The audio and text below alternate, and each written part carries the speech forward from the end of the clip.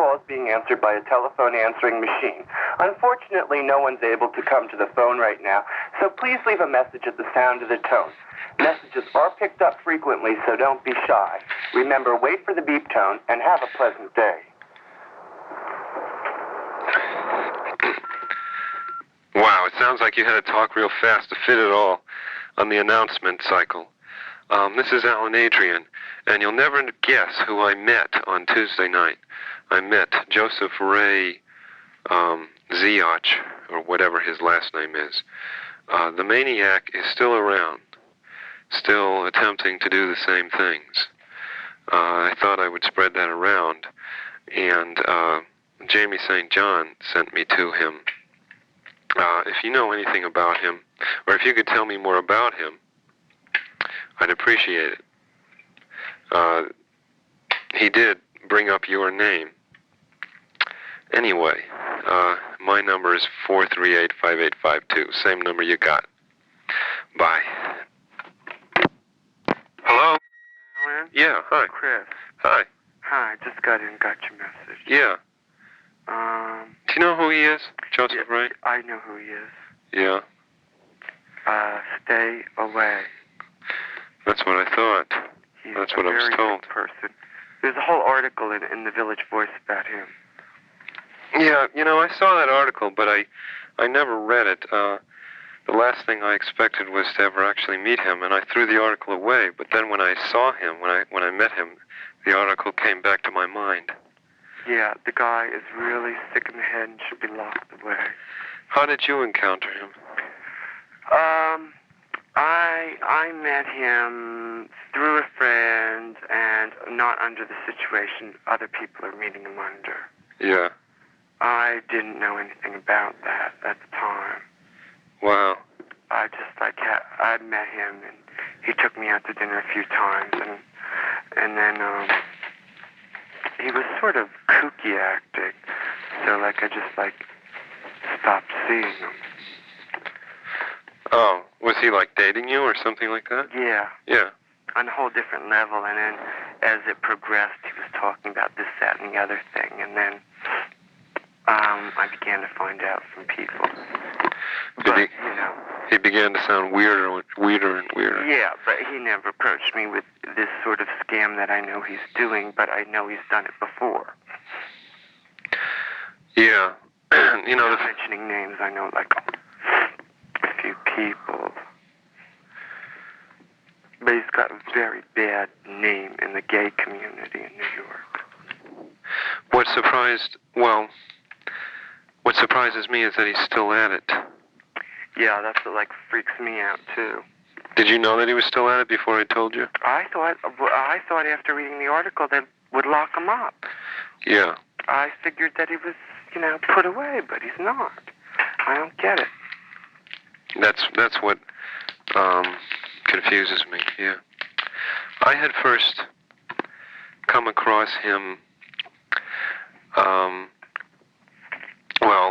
The first time I hadn't met him a year and a half ago. However, Ron Jeremy, when I was in California, in other words, my story goes back to a year and a half ago, although I never met him.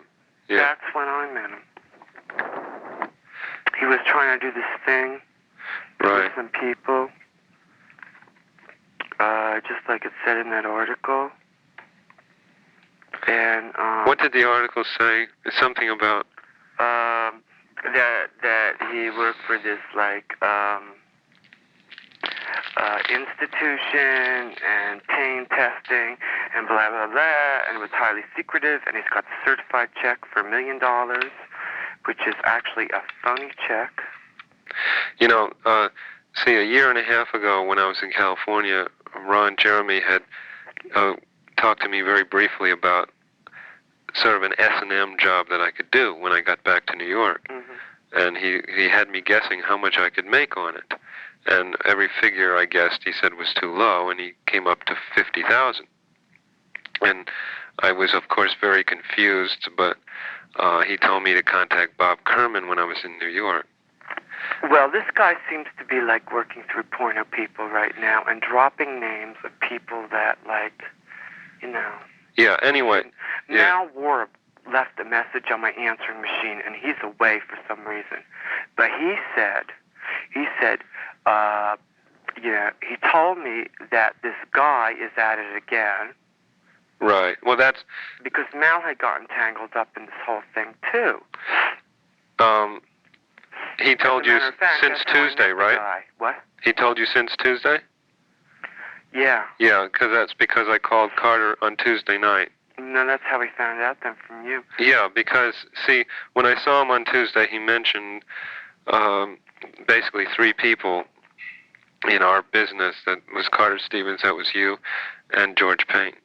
And George is also it. Recruiting for him, right. George will do anything for $1. Yeah. But, I met him over at Mal's because he was trying to get, like, information from Mal. And I was, like, working with Mal at the time on a film. And I just, like, purely by accident ran into him. That was when you started dating him? Like, right. Yeah. I didn't know anything about the other shit, and then I started to find out. That was like 2 years ago? Or what? Yeah, about 2 years ago. Yeah. And then all of a sudden, now I'm hearing that, like, he's trying to hit on a lot of porno people. Right. And, I don't know who else. I hope most people have the intelligence. I think most people do, but... And it just reminds me, Jim Messina is probably a perfect target. Who? Jim Messina. Yeah. I should probably call him up. So, what else should we do about it? I don't know what to do. I would really like to get the man arrested just for the fact that he's really sick. I haven't called the Voice yet, but I think that they should be notified. Or maybe Carter Stevens already did. I don't know. That he's still active. Bad idea to call Bob Bell up. Is it Bob Bell, right? I don't know. No, not Bob Bell. Somebody Bell. The one that wrote the article. Who's that guy that wrote that article? Arthur Bell. Arthur Bell. Yeah. Do you have the date of that issue, by any chance? No, I threw that issue out and I meant to keep it. I did it by accident. Yeah, I threw it out on purpose because the last thing I ever expected was that I would meet the guy. See, I had never put 2 and 2 together when I first heard about the deal through Ron Jeremy and Bob Kerman, and then that had fallen through.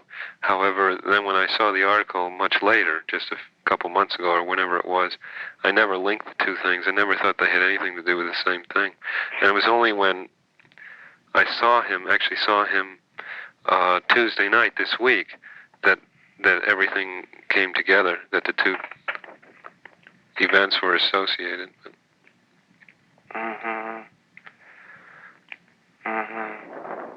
There's got to be something to do, because now that this man is hitting on talent in the business, this has got to be stopped. This is not good for the industry. Yeah, he's giving us a bad name. I told it to Bob Sumner. Oh, you did? Yeah, because I'm working on the David Buckley shoot, and he wants to bring it up at the East Coast Producers Association. Yeah, I'm a member too. So that might happen. And I told the story to Lisa B, and she really wants to do something about it too. She wants to get involved somehow.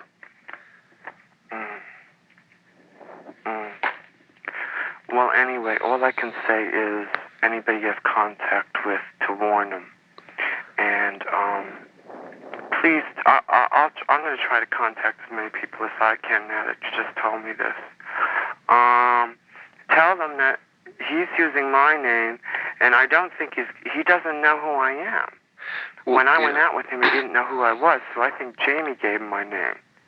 Yeah, I don't even remember in what reference your name was brought up. But if he's using, like, people's names, And Mal. Yeah, Mal wanted to kill him. He brought up Mel because, see, he knew I was approached about 1.5 to 2 years earlier, and he brought up Mel as, or he asked who approached me, though. He wasn't sure. He said, was it Mel? And I said, no, it was, and I didn't remember who it was, but in actuality it was Ron Jeremy and Bob Kerman. But Mel told me that it was him, and indirectly, because I mentioned it to Ron a couple days ago, and he never actually met the guy. Gotta be. You don't have like numbers or anything for him? Yes, I do. Yeah. You do? Yeah. What do you have? Hold on, let me get it.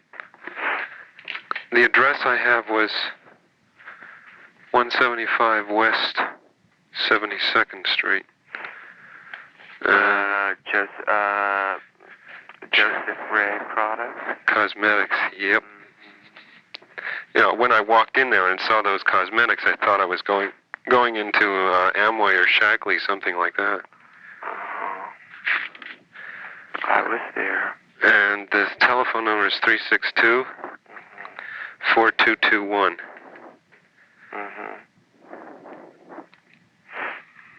Yeah. Did he give you his home number? That's the only number he gave me. Did he give you his home address? No, that's it. That's all I got from him. Because I was to his apartment once.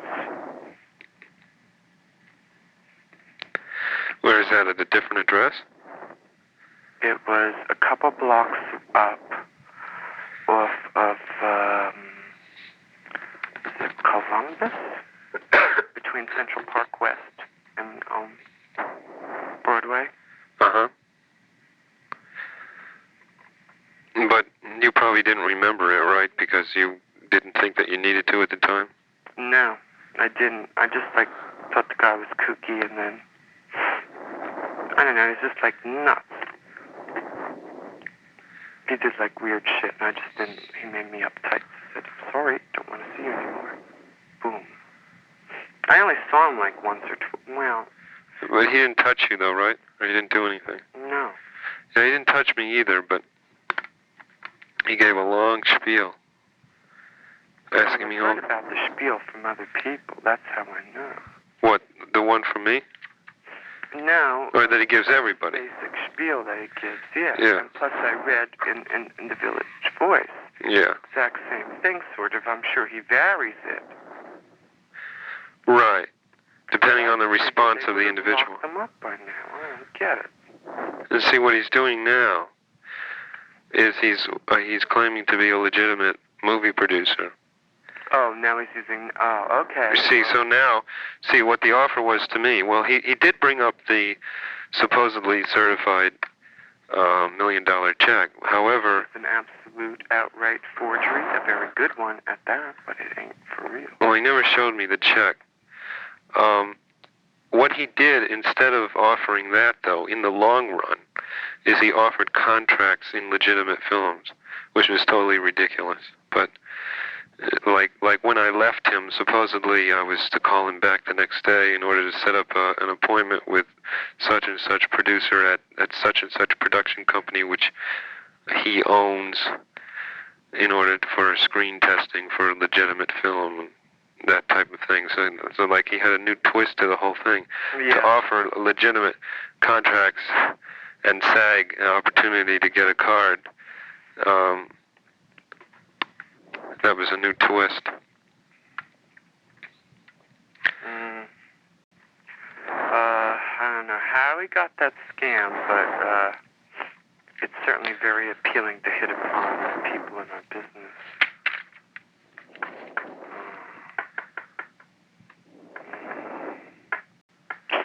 Yeah, no, he's totally bullshit. He also says he's related to the Rockefellers. Oh, yeah. Jamie says he owns 1/3 of the World Trade Center. He doesn't. I'm sure he doesn't. Real smart about him. He was telling me all this bullshit. And I just thought it was so incredible. So I went to the library and looked in the who's who. Uh-huh. There is no such a person in the Rockefeller family. He says he owns that building at 175 West 72nd Street. He's so full of shit. He doesn't know. And supposedly the movies he's working on are a movie called Dress Gray, a movie Tarzan and the Cannibals, a movie with Faye Dunaway. See, he described this plot. He described a whole, he just rambled on and on real fast. He described this whole plot, which would involve Faye Dunaway and another character, possibly me, he says. And what sort of situation was that? It was about this actor who comes into New York and can only make it in porn, not in legitimate stuff. So he starts doing porn, but somehow he falls in love with this woman who's played by Faye Dunaway. Oh God, I don't remember. Do you know Bill Paul? Yeah, sure. Do you know if Bill Paul is in any way involved with him or knows him? No, that if he is, that would be the first time I've heard it. I don't know. Bill Paul has not come up at all in this. Mm-hmm.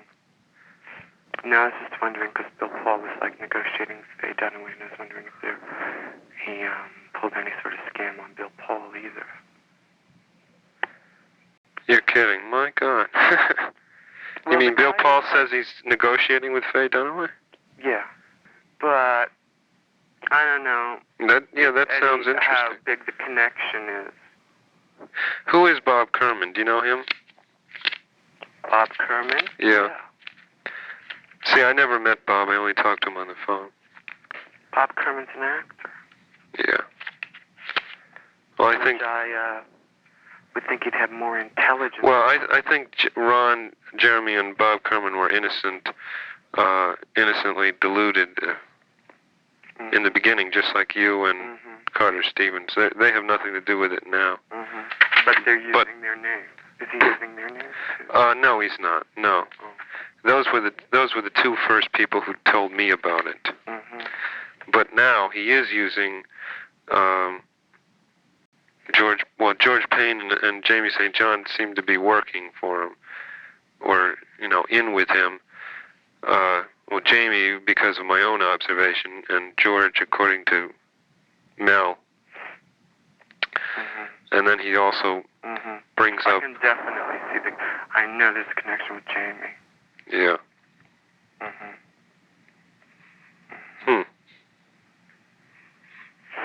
Because this has to be stopped. It really does. I don't know. Guy's real sick.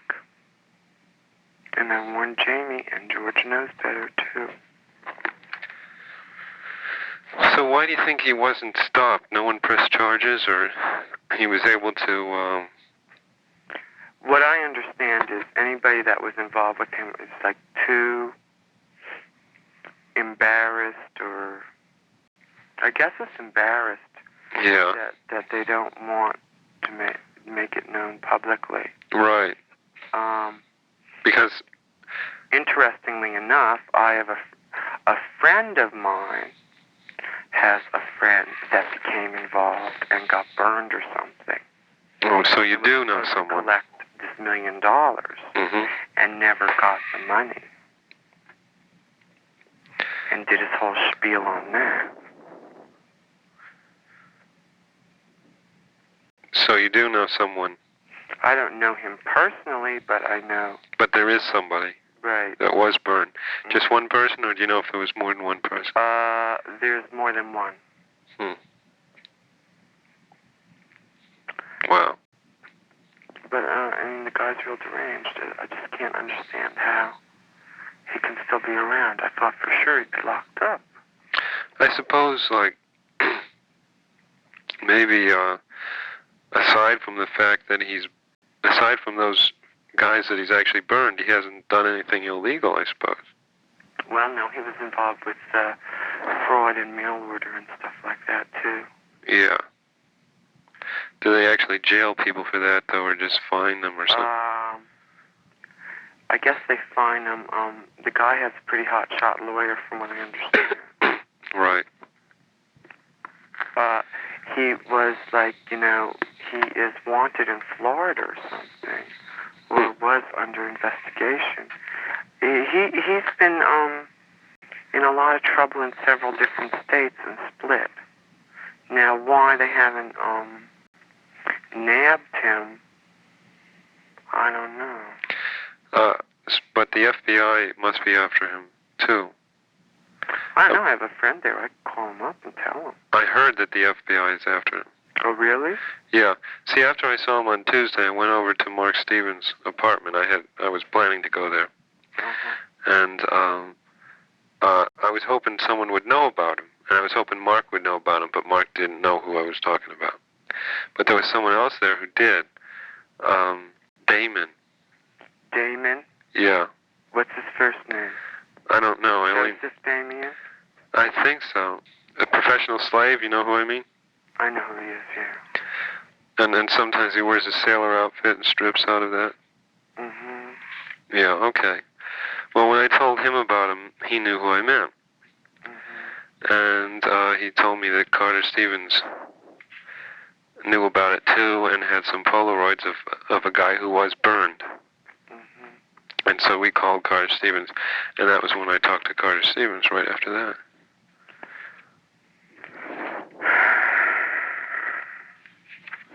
I wonder if it'd be wise to, well, I guess. To what?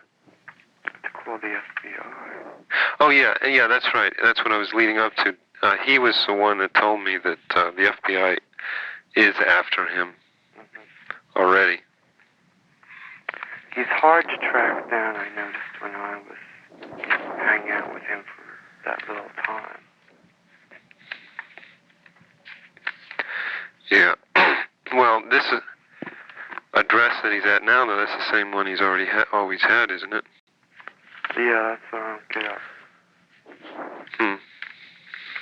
Then Damon, that's his name, isn't it? Or is it Damien? I think it's Damien. Yeah, Damien, Joseph Damien. Also said that the Mafia was after him too, and that 3 times they came in and tried to knock him off, but he wasn't there when they came in all 3 times. Of course, I don't know what I can believe of what he says either, but... Well, it's all very possible. That sounds possible, yeah. All I know is the guy's, really fucked up. What is that? With the buzzer. In my part. Yeah. Okay. Well, I'm glad you told me about this, Alan. Yeah. See. If anyone wants to talk to me about it, I'll be happy to do so, whether it be the FBI or whoever else. Right. So you can feel free to refer anyone to me about it. I'll see what I can get rolling. Good. Great. Alrighty. Okay. I guess maybe I'll give you a call tomorrow. Yeah, I'll be on the set tomorrow, David Buckley's film. Oh. Okay, well... So, Monday would be good. I'll be working tomorrow and Sunday. Oh, okay. Great. I'll give you a call on Monday and let you know what's happening. Okay. All right? Good. Okay. Talk to you later.